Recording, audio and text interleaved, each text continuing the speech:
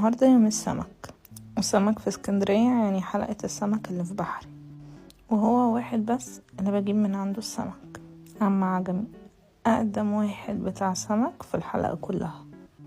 مفيش اسكندراني أصيل معرفش عم عجمي والسمك بتاعه.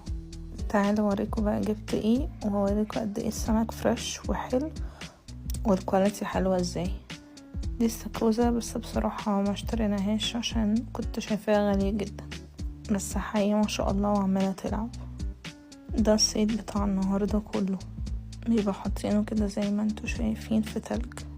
جبت موس عشان اقليه، والسمك عشان عمله في البطاطس، وشوية جمبري، وكان في جندوفلي فريش فجبت شوية. بعد بقى ما نقيت السمك بتاعي بياخدوه ينضفوه بالمنظر ده، بجد بينضفوه بسرعة جدا ونضيف جدا، وفي أقل من 5 دقايق كانوا مخلصين.